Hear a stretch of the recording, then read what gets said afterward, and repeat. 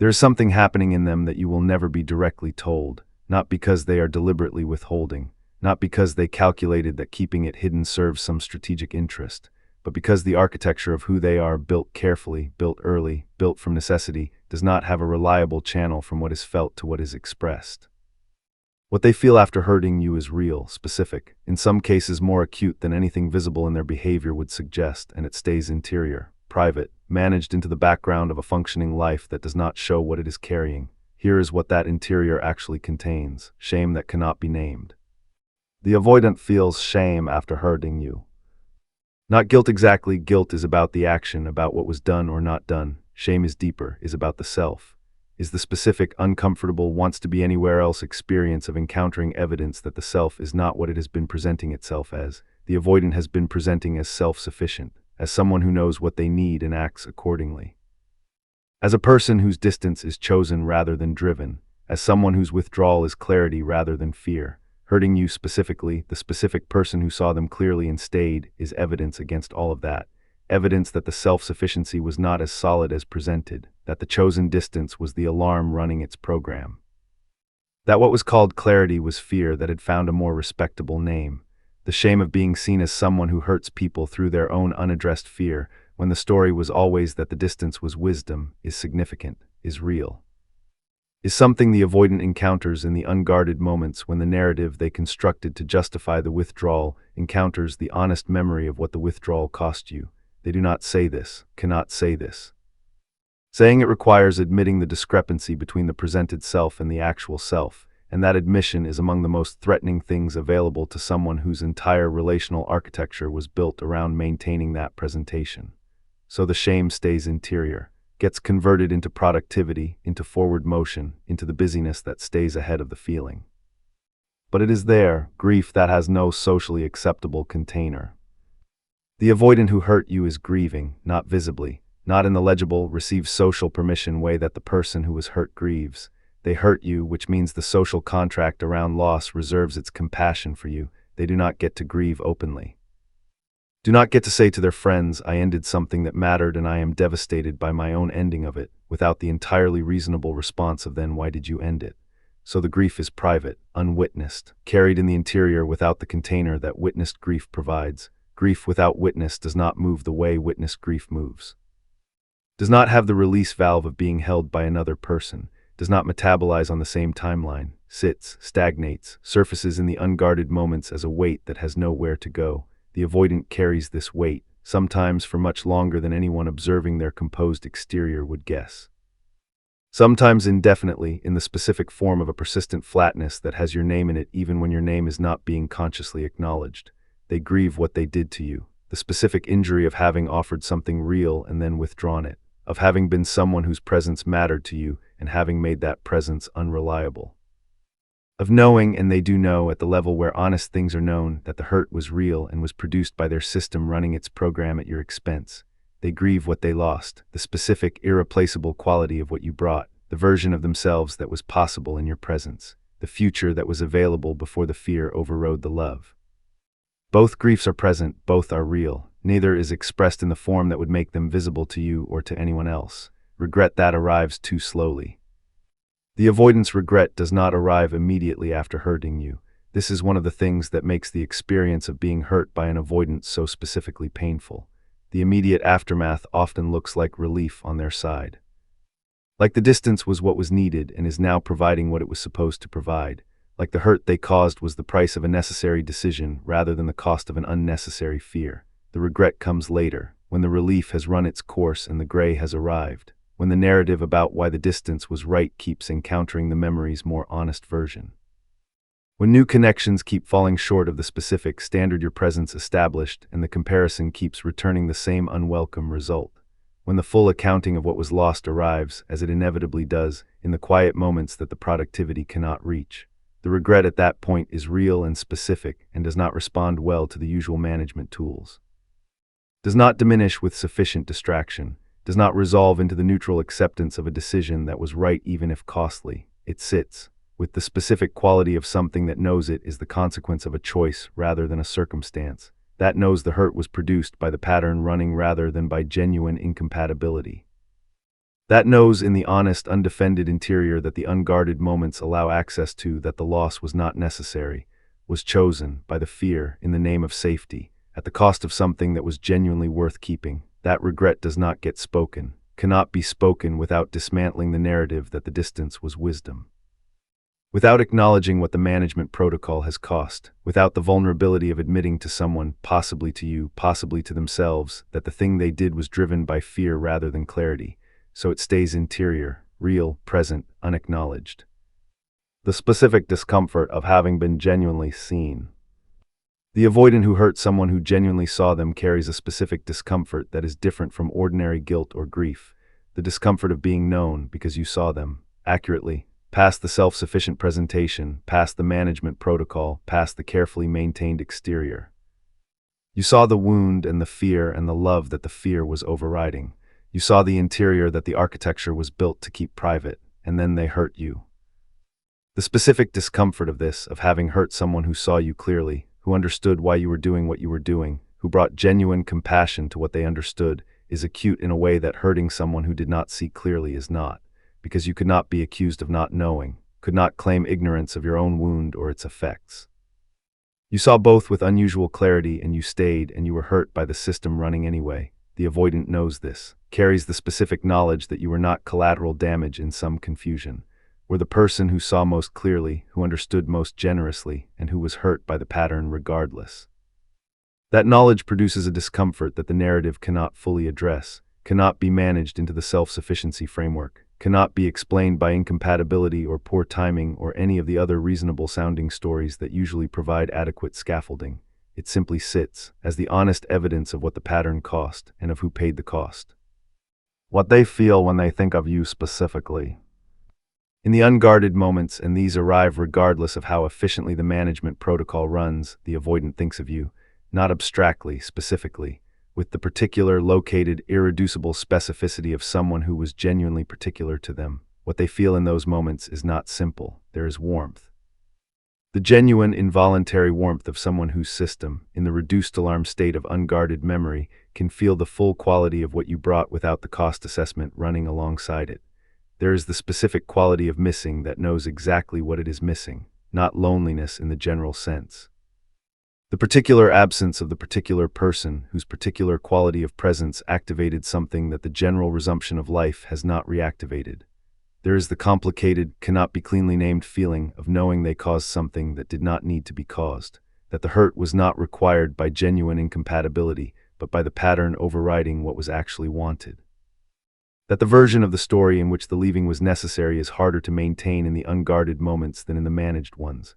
And underneath all of it, not acknowledged, not expressed, not available for conversation, there is something that functions like love, not past tense, present, still running, resistant to the management tools that were supposed to process it into history. Still there in the interior, where it has been since before the rejection, where it remains, whether or not it ever finds a way to the outside, whether or not it ever becomes something that reaches you, whether or not the avoidant ever develops the capacity to be in a relationship with what they are still privately, genuinely feeling. It is there. That is what they truly feel after hurting you. And that is what they will never quite admit. There is more to say about the unexpressed interior, specifically about what it produces in the avoidant's daily life in ways that are concrete and observable rather than purely psychological. How the unexpressed feeling shows up in behavior. The avoidant who hurt you and has not processed what that hurt cost is not a static person. The unprocessed content moves through their life and shows up in specific behavioral ways that are worth understanding, not to monitor them, but to have an accurate picture of what unresolved emotional content actually does to a human being over time. It shows up in their relationship to vulnerability. The avoidant who caused harm through the pattern becomes, in the aftermath, more careful about allowing genuine closeness to form, not in a way they would articulate as caution. In the way that someone who was in a fire becomes unconsciously more alert to heat, the system updating its threat assessment based on new data. The new data being genuine attachment produces situations where the pattern hurts people. The system's update being reduce the conditions under which genuine attachment can form. The avoidant after having hurt you is often, paradoxically, more defended in subsequent connections, more efficient at maintaining the comfortable distance. More skilled at the warm but not too close configuration that allows the appearance of genuine connection without the conditions that would require genuine showing up. This is not cynical, is not calculated. Is the system doing what systems do when a protocol produced an outcome worse than anticipated, running a tighter version of the protocol next time? It shows up in a specific relationship to joy. The avoidant who is carrying unprocessed shame and grief often finds genuine joy slightly harder to access than it was before. Not impossible, not absent, but slightly muted. The specific, unencumbered quality of genuine delight is harder to reach when the interior is carrying significant weight that has not been acknowledged. The joy arrives but lands in a space that is slightly cluttered with what has not been set down. This muting is subtle, would not be noticed by someone who did not know the avoidant before the specific weight arrived, but is present. A fractional reduction in range, the specific, quiet cost of carrying something that has not been allowed to be what it is. It shows up in occasional, unexpected directness. This is the most surprising behavioral expression of unprocessed feeling, and it tends to arrive in indirect, low-stakes contexts. The avoidant who cannot acknowledge what they feel about you may be unusually willing to acknowledge what they feel about something else entirely. May be more honest with a stranger than with anyone in their closer orbit.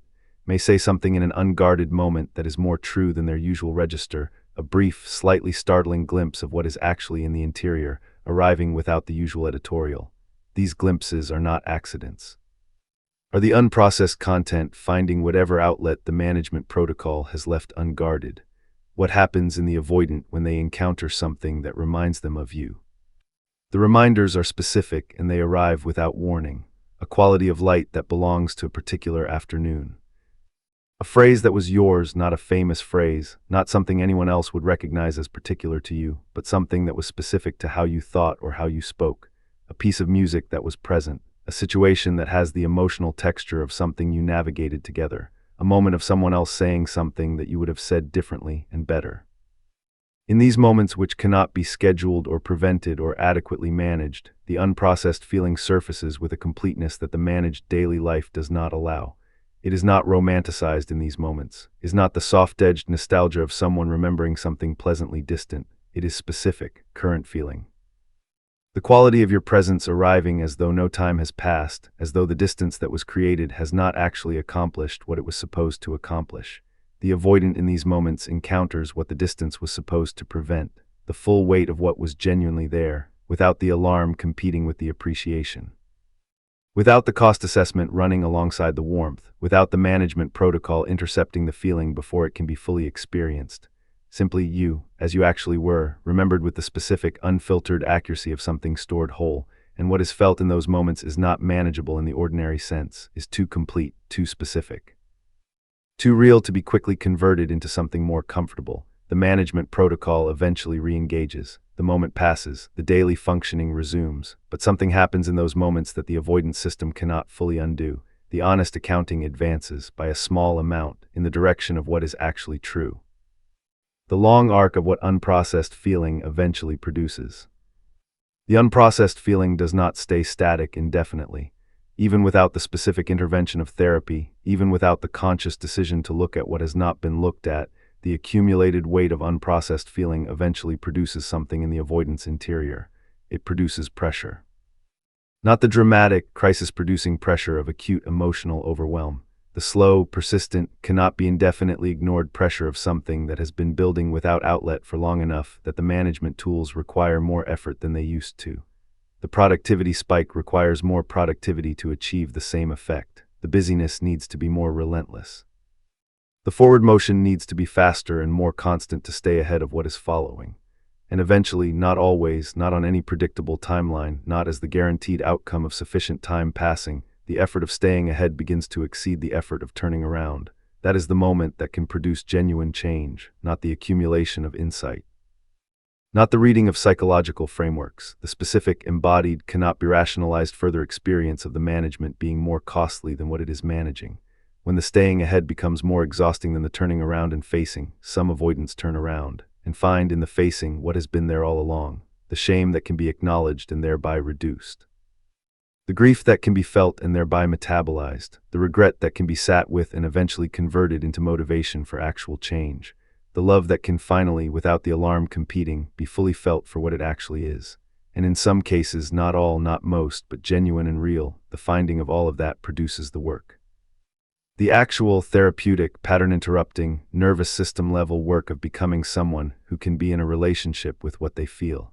What you do while all of this is or is not happening in them. All of the above is real. The unprocessed feeling, the behavioral expressions, the reminder moments, the long arc of pressure building toward the possibility of turning around. All of it is also entirely outside your sphere of influence, is happening or not happening in their interior on their timeline through their choices without your participation being either necessary or available. What is inside your sphere of influence is simpler and more immediate and has been the honest answer throughout this entire body of work, your own life. What you do with the days that are yours, how genuinely you invest in what is actually present and actually available. Whether the attention that was going toward understanding the avoidance interior, their unexpressed feeling, their behavioral expressions, their long arc toward possible change, is being genuinely redistributed toward the things that constitute your own genuine becoming. Not as a move, not as the thing that produces a particular outcome in them, as the basic, honest, irreducibly yours act of being present in your own existence. The avoidant truly feels what has been described here, that is real, and your life genuinely inhabited, genuinely invested in, genuinely present to is also real. Both things are true, only one of them is yours to tend it. What avoidants truly feel after hurting you, but they'll never admit it. Continued. The interior experience has been mapped. The shame, the grief without container, the regret that arrives slowly, the love that persists without outlet. The behavioral expressions, the tightened defenses, the muted joy, the reminder moments that surface what the management protocol cannot reach. What remains worth examining is the territory that connects all of this to something practically useful. Not more portrait of their interior, that portrait is complete enough, but the honest examination of what living alongside this knowledge actually asks of you. The weight of knowing. There is a specific burden that comes with understanding someone's psychology as accurately as you understand the avoidance. The burden of compassion that cannot be delivered. You understand why they hurt you, not in the thin, intellectual sense of having a framework for the behavior. In the specific, empathic, genuinely felt sense of understanding the wound that produced the pattern that produced the hurt, of being able to trace the line from early experience to adult behavior with unusual accuracy, of knowing, at the level where knowing is felt rather than just thought, that the person who hurt you was operating from fear rather than indifference. That understanding is genuine, is one of your most significant qualities, and it produces a specific kind of pain that straightforward hurt does not produce, the pain of compassion without outlet. Because the understanding generates compassion, genuine, appropriate, not misplaced compassion for someone whose system learned what it learned before they were old enough to question whether the learning was accurate, and the compassion has nowhere to go, cannot be delivered, cannot be offered in a way that would actually reach them without reactivating the dynamic that produced the hurt. Cannot be expressed without risking being received as permission for the pattern to continue. The compassion sits in you, real, undeliverable, another interior experience that has to be carried without the outlet it was designed for. This is one of the more specifically difficult aspects of being someone who understands well. The understanding generates feeling, appropriate, well-aimed feeling, that cannot always find its appropriate destination. Carrying that compassion without being consumed by it, without allowing it to convert into renewed orientation toward the avoidant, without letting it become the reason for staying available to someone who has not yet done the work, is genuinely hard. And it is worth acknowledging as hard rather than suggesting it should be simple. The difference between understanding and forgiving. These two things are frequently conflated in conversations about healing from painful relationships. Understanding is cognitive. It explains the behavior, traces the mechanism, identifies the wound and its adaptive expression. Removes the mystery from what otherwise appears as contradiction, how someone can love genuinely and hurt deeply and not be a villain. Forgiving is different, is not cognitive, is not accomplished through sufficient understanding, is an interior process that operates on its own timeline and cannot be rushed through intellectual clarity, however complete. You may understand the avoidance behavior fully, may have at this point a more accurate picture of their interior than they have themselves, and still not have forgiven the hurt. That is not a failure of understanding, is not evidence that the understanding was insufficient, is simply the honest reality that these are different processes requiring different things. Understanding requires accurate information and the willingness to think clearly about it. Forgiving requires time, requires the grief to have genuinely moved, not been managed, not been intellectualized into something more comfortable, but actually moved through the specific felt takes as long as it takes process of genuine emotional metabolizing. Requires the hurt to have been fully acknowledged as hurt, not reframed as a learning experience, not converted prematurely into insight, not bypassed through the sophisticated understanding of why it happened, simply acknowledged as pain that was caused to you by someone whose system produced it without adequate accounting for what it cost. The acknowledgement has to come before the forgiveness, and the acknowledgement requires allowing the hurt to be fully felt, which is a different thing from understanding why it happened. You can understand completely and still have significant hurt that has not yet been fully acknowledged and therefore cannot yet be fully forgiven. Both are okay, both are allowed. Neither is evidence of insufficient healing, the grief that belongs entirely to you. Underneath the understanding, underneath the compassion for the avoidance wound, underneath all the sophisticated psychological framework, there is something simpler and more primary. You were hurt by someone you loved genuinely, whose love you perceived accurately, whose interior you understood with unusual clarity, whose bond with you was real, and the hurt was real regardless of its mechanism, regardless of whether it was produced by fear rather than indifference, regardless of whether the avoidant carries shame and unprocessed grief in their interior, regardless of whether they truly feel what they will never admit. The hurt was caused to you, is yours. Deserves the full, unqualified, no buts attached acknowledgement of being real pain caused by someone whose actions, whatever their origin, produced genuine injury. You are allowed to grieve that without simultaneously explaining it, without the understanding tempering the grief into something more manageable, without the compassion for their wound softening the acknowledgement of your own.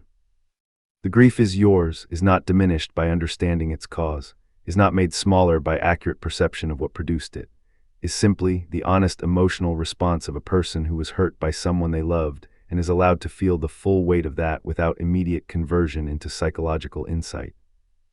This is worth saying directly because the specific quality of the empath, the depth of perception, the capacity for compassionate understanding, the genuine ability to see past behavior to the wound underneath, can become, without conscious intention, a way of shortcutting the grief, of moving from hurt to understanding without fully stopping at hurt, of allowing the compassion for their interior to prevent the full, unhurried, takes as long as it takes acknowledgement of what was caused to yours.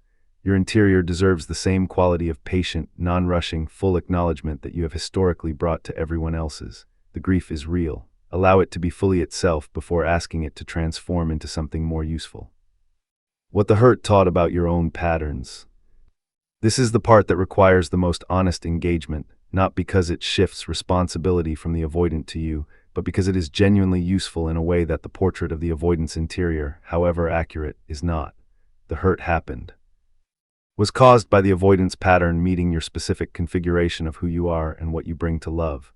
And your specific configuration, your particular way of loving, your particular vulnerabilities, your particular tendencies in intimate relationship, is worth understanding with the same quality of honest attention that has been brought to the avoidance, not as self-blame. As genuine self-knowledge that serves the life ahead. What is it in you that made this specific dynamic the one that cost the most, not because you were wrong to love this person? Because understanding what in you was activated by this specific configuration, what made the avoidance particular pattern find such specific purchase in your particular interior, is the information that prevents the same pattern from recurring with different people. For many empaths, the answer has a recognizable shape. The specific quality of emotional unavailability that the avoidant presence activates something familiar, something that was present in an earlier attachment relationship, and that the nervous system, without conscious direction, recognizes as the texture of love because it was the texture of the earliest love.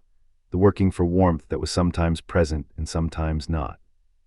The calibration to an emotional environment that was real but not consistently available. The specific attunement to the interior of someone who could not always show what they felt, developed not as a choice, but as a survival skill in the earliest relational environment. If this is present in you, and for many people who find themselves drawn to avoidant attachment, something like this is present, then the hurt was produced by two wound patterns finding each other with unusual precision. The avoidance wound, closeness leads to loss, so maintain distance. The empath's wound, love requires working for warmth that is not consistently given, so attune deeply and be endlessly patient. These two wounds fit together, produce the specific dynamic that has been the subject of this entire body of work, each activating the other's pattern with a precision that feels from the inside like recognition. What felt like depth was also partly familiarity. What felt like the electric quality of genuine connection was also partly the nervous system recognizing the emotional texture of something old. This is not a diminishment of what was real. The connection was real. The love was genuine. The bond was not manufactured by wound pattern recognition. But the intensity, the specific, cannot look away quality of it was partly wound pattern recognition. And that recognition is worth understanding because it is what will produce the same configuration again if it is not honestly examined. What the examination produces. Honest examination of your own pattern, why this specific dynamic activated the depth of response it did, what in you was configured to find this familiar, produces something that is more valuable than any insight about the avoidance interior. It produces discernment. The specific, lived, genuinely yours quality of knowing the difference between depth and familiarity, between genuine connection and the activation of an old wound pattern, between the electric quality of something that is genuinely extraordinary and the electric quality of something that is simply recognizable. This discernment is not available through intellectual understanding alone. It requires the honest, uncomfortable, nobody's-watching examination of your own interior with the same patient, non-judgmental, genuinely curious attention that you bring to everyone else's. It requires asking what felt like love in the earliest relational environment. What was the emotional texture of being cared for by the people who shaped your earliest understanding of what love looks and feels like? What was consistent and what was intermittent? What required working for and what was simply given? What produced the specific relief of being received and what produced the specific anxiety of not knowing whether you would be? These questions are not comfortable, do not produce answers that are immediately reassuring, do not confirm that everything you felt was straightforwardly what it presented itself as, but they produce something more useful than comfort. They produce the honest map of your own attachment landscape. The specific understanding of what activates your deepest investment, what makes you reach past reasonable limits, what produces in you the quality of caring that does not easily release even when the caring is not adequately returned. With that map, the next encounter with someone whose pattern is similar to the avoidance is not experienced as the same irresistible pull, is recognized earlier. Is navigated with the specific, earned, interval-produced discernment of someone who knows what they are encountering because they have done the honest work of understanding why it feels the way it feels. That discernment is protective without being defensive, is clear-sighted without being closed. Allows genuine openness to genuine connection, while providing the specific, honest recognition of when what is presenting as depth is actually familiarity. The version of love that becomes possible after this. The love you are capable of, the full, clear-seeing, warmth without demand, genuinely present love that you brought to the avoidant and that their system could not fully receive, does not change as a result of this experience. Remains available, remains extraordinary. Remains one of the most significant things a person can bring to intimate life. What changes is the conditions under which it is deployed, not through becoming more guarded, not through the construction of defenses that prevent the love from going where it wants to go, not through the closing of an open heart. Through the development of discernment about whose interior is actually ready to receive what you bring. The love looking not for the person who activates the familiar texture of working for warmth, but for the person whose warmth is simply present, consistent, not requiring calibration or patient navigation or the sophisticated understanding of why it is sometimes absent, simply there. As the ordinary, unremarkable, entirely available baseline of how they are with you. That consistency will not feel initially as electrically significant as the avoidant dynamic felt, will not have the charge that uncertainty and intermittent warmth produce, will not activate the nervous system in the same urgent, cannot look away way. It will feel at first quiet. And the discernment to recognize that quiet as what love actually feels like when it is not also activating a wound pattern, that discernment is what this experience, at its most costly and most educational, has been producing. The quiet is not the absence of depth. It is the presence of something sustainable, the love that does not require you to be endlessly patient with its withholding. The warmth that does not need to be worked for, the presence that shows up not in the electric moments of the walls coming down but in the ordinary Tuesdays as simply there. That love is available, is real, is what the discernment produced by this experience allows you to recognize and receive, not instead of what was real with the avoidant, beyond it. In the genuine, sustainable, actually present form that the avoidant dynamic, for all its genuine connection, was never consistently capable of providing. That form of love is where this experience, at its deepest level of usefulness, has been pointing, not toward the avoidance interior, toward a love that is actually available to you, completely, without the working for it. Without the patient navigation of someone else's fear, simply given freely by someone who is actually ready, that is what becomes possible, and it is worth everything this cost to arrive at the discernment to recognize it when it appears.